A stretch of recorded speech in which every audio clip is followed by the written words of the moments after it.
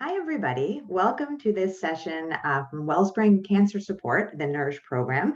And this is a series of videos on managing eating-related side effects. Today's video is going to be on the side effect or the symptom of having a dry mouth during cancer treatment or after cancer treatment. And I'm going to take you through some tips and tricks to help manage this side effect. My name is Kara Rosenblum, and I'm one of the Wellspring dietitians. And I'm going to talk you through all of this information. But first, I want to introduce to you where the information that we get comes from. And that's always an important question to ask whoever you're learning information from. There's so much content online. You want to make sure you're always getting evidence-based science from a good source. So with that said, here at Wellspring, all of our information comes from evidence-based science, including information from the Canadian Cancer Society, the World Cancer Research Fund, the American Institute of Cancer Research, and the National Cancer Institute. So it's all high-level evidence-based information, the same kind of thing you'd be hearing from your oncologist. So you might be asking the question that my mouth seems dry, and why is that? Well, dry mouth when you're going through cancer treatment means that you have less saliva in your mouth. Saliva is the liquid you find in your mouth that comes out as you chew. And dry mouth is caused by some cancer treatments, especially if you're having radiation in the head or neck area. It's not uncommon to have a dry mouth as well because saliva is not going to be as prominent. Well, why does this matter? Well, having a dry mouth is important for a couple of reasons because the saliva that naturally occurs in our mouth helps break down food as we chew, and that starts the digestion process. The other really important role that saliva plays is helping to prevent tooth decay.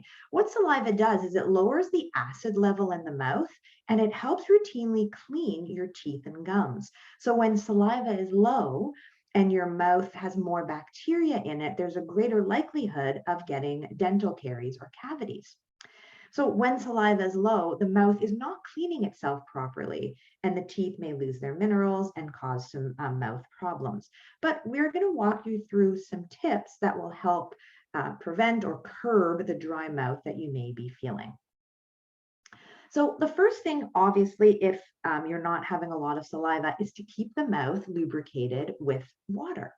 If you sip water during meals and you take sips between bites of food, that can help with replacing any saliva that's not naturally being produced because you do have dry mouth due to treatment. You can also rinse your mouth with water before and after eating, again, to generate that feeling of saliva being there. At least the water will act as a lubricant and help start that digestive process as you chew. The other really smart thing to do is to make sure that you're enjoying foods that do have moisture in them. So if you can imagine if your mouth is feeling quite dry and you put a dry food into your mouth, like a cracker, and you don't have a lot of saliva, it would feel dry in your mouth and it would be hard to chew. So the key is to add moisture to foods that you're eating. So things like soup broths and sauces and gravies, cream sauces, butter, oil, anything that adds sort of a moisture to the foods you're eating is really going to help when your saliva is low because it'll keep it much moisture inside your mouth. You can also, if you don't want to pour sauces or gravies on your food, you can dunk. So, cut a piece of food, put it on your fork, and then dunk in a little bowl of sauce or dip or gravy to help moisten it up as well. If you're still finding that's problematic, you can also blend foods in a blender into more of a pureed form. And a puree is naturally going to be a little bit more moist. You can always add a little bit of broth to a puree as well, and it'll keep foods quite moist.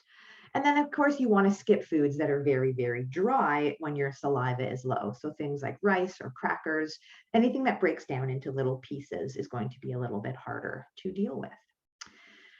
When you're looking at beverages, it's important to sip frequently, sipping on water or any kind of other drinks.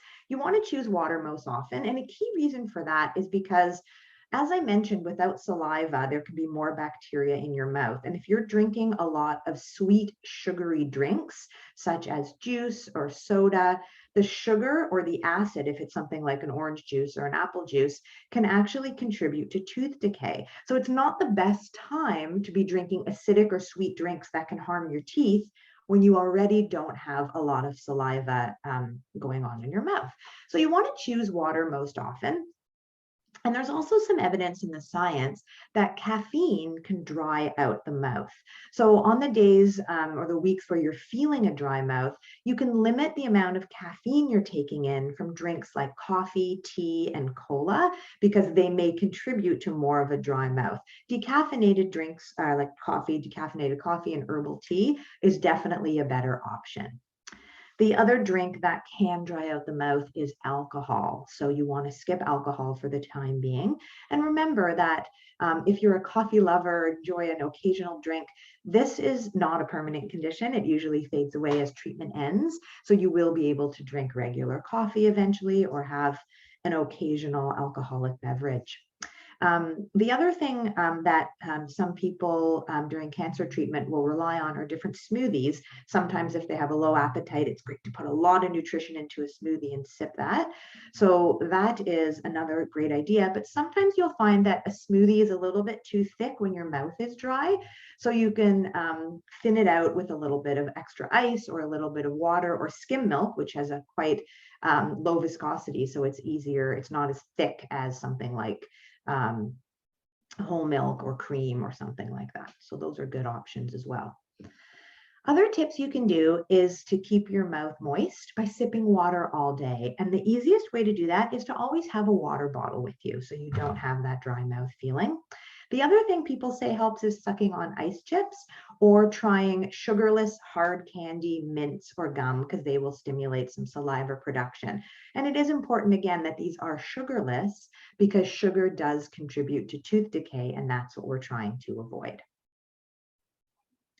Finally, as I mentioned at the beginning, we know that having a low level of saliva can lead to tooth decay. Having a dry mouth overall is not good for your teeth. So you want to make sure you're taking care of your teeth as well. That means cleaning your mouth and teeth at least 4 times a day. It's probably more than you're used to, but because of the low saliva, you want to make sure you're getting rid of bacteria after every meal and snack. Your healthcare team might recommend a fluoride toothpaste, a rinse, or a gel that is specific to dry mouth or a low saliva condition. So speak with either your oncologist or your dentist about what they recommend. And the other thing you want to do is avoid any mouthwash that contains alcohol, because again, as we talked about, alcohol can dry out your mouth even more. So that's why it's good to talk to your dentist about a specific rinse or gel that is made exactly for this condition. Thank you for listening. And there are other Nourish presentations about managing symptoms that you can view as well.